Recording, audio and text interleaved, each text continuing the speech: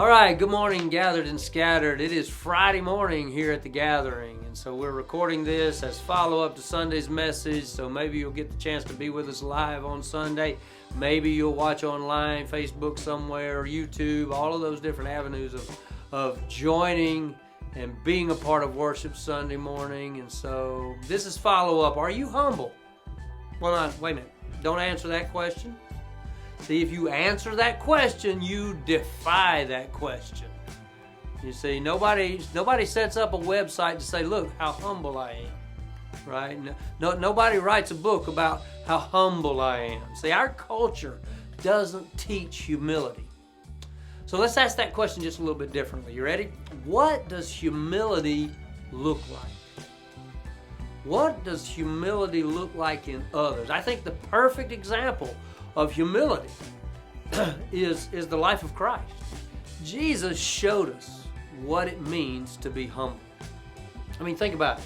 He had access to all the power of the universe, all the power of God's own creation, and yet he served. One preacher that I like to listen to puts it this way: humility is not thinking less of yourself. Humility is thinking of yourself less. See, I love that. Putting others first. Peter says in 1 Peter 5, humble yourselves, therefore, under the mighty hand of God, so that he may exalt you at the proper time, casting all your cares on him, because he cares about you. Humble yourselves. All right, notice what it says. It doesn't tell you to go humble others. Notice it doesn't tell you to go and be humbled by others. See, this is in the context of the Spirit of God in our lives, that we humble ourselves. We think of ourselves less.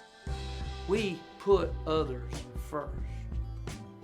I believe the priorities that we need to follow is we put God first in our lives all the time. We put our neighbors first all the time. That's why we say love God, live Jesus, walk together. That's what God's called us to do. We humble ourselves, and so we think less about what's in it for me. We don't claw and fight for what I want. We don't claw and fight for what I think I deserve. God's called us to trust him. That's what 1 Peter's all about. Peter is writing into a difficult situation. The Roman Empire, during that first century, it had already begun to tear itself apart with the different groups and nationalities and ethnicities and spiritual thought and religious beliefs and all of the things that the Roman Empire had come to embody by its own conquering and reaching out. And so Peter was writing to a small group, a group of folks in each little town and area that had surrendered themselves to follow Jesus. And so in the culture of that day, there were groups here and groups there, and then Christians were just like, no, we just follow Jesus. We don't worship the emperor. We don't worship ourselves. We just follow Jesus. So we're not fighting for right. We're not fighting to be exalted. As a matter of fact, that text says we humble ourselves under the mighty hand of God so that he may exalt us. We know the other translation says he may lift you up. That's a song. As to what you want, this is what Peter says: cast your cares on him. Those concerns, those anxieties, those frustrations. See, we are living in a difficult time. I would almost say much like the Roman Empire, our culture and society is trying to tear itself apart right now. What are those things that you care about? What Peter's encouraging us to do is to get before God in the cares of our lives, the anxieties, the frustrations, to spend that intimate, personal, alone time with God. Cast all your cares on him because he cares about you.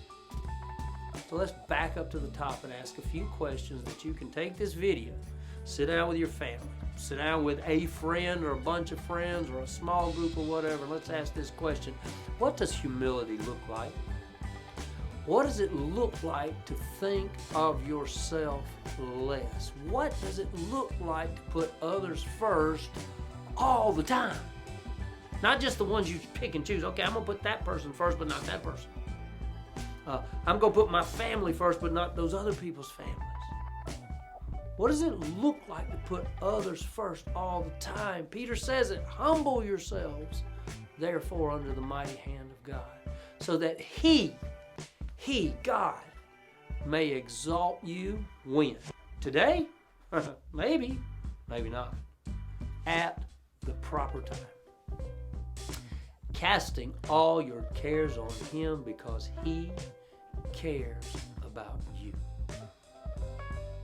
What does humility look like? What does it look like to put others first all the time? What does it look like to trust God to lift you up? What does it look like to get alone with Him and say, God, this day, the day that you've given me, I give back to you. Put it in your hands. All the cares, all the concerns, all the joys, all the victories. God, I want to exalt you today. That's a great thing to talk about. How can we take action steps to exalt God today? Take care. Have a blessed day.